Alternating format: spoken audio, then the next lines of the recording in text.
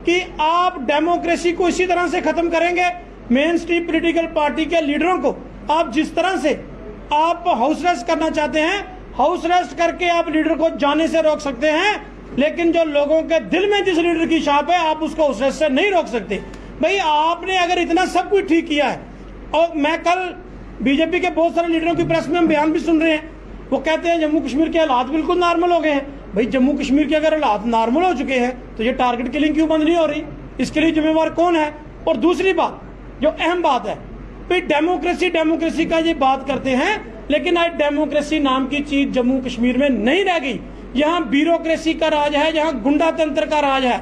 ये ऐसे काम यहाँ पर करना चाहते हैं कि जम्मू कश्मीर को एक्सपेरिमेंट लेबोरेटरी बनाना चाहते हैं। सो इसलिए आज हम सरकार के उस फैसले की कड़ी मजम्मत करते हैं और सरकार से ये पूछना भी चाहते हैं, भाई एलजी साहब आपकी जो एडमिनिस्ट्रेशन है वो ये हमें बताए कि भाई अगर हालात ठीक हैं तो फिर उनको हाउस अरेस्ट क्यों किया गया? हाउस अरेस्ट करने से आप डेमोक्रेसी को जम्मू कश्मीर में तबाह कर रहे हैं। इसी मसले पे आज हमारी ये जो प्रेस कॉन्फ्रेंस थी। ये जो 1931 का ये वाकया हुआ था, 1931 से लेके आज तक जितने भी लीडर हैं कश्मीर में, चाहे सरकारें जिसकी भी हों, जितने भी पॉलिटिकल लीडर हैं वो वहां जाते हैं। तो आज 80 सालों में ऐसी बात कोई नहीं हुई, तो आज क्यों हुई? तो जो आपने कहा कि जब बीजेपी ये कहती है, भाई बीजेपी 4 साल जिस सरकार में शामिल थी, जिस सरकार में महबूबा मुफ्ती साहिबा के साथ बीजेपी के लोग मिनिस्टर थे, तो उस 4 साल तो वो छुट्टी मनाते रहे।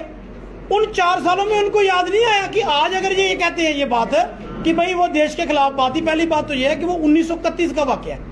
1931 में ना पाकिस्तान था ना बांग्लादेश था, पूरा एक भारतवर्ष था, और दूसरा जम्मू कश्मीर भारत का हिस्सा ही नहीं था उस वक्त। 1931 की अगर मैं बात करूं, जिसके वक्त की ये बात है, उस वक्त तो जम्मू कश्मीर भारत का हिस्सा नहीं था।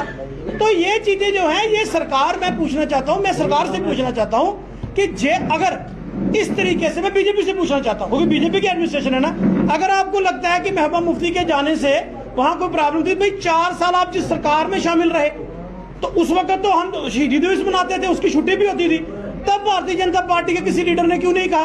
तब कुविंदर गुप्ता साहब ने, डॉक्टर निर्मल सिंह जी ने क्यों नहीं रिजाइन किया कैबिनेट से भी हम इस चीज को नहीं मानते?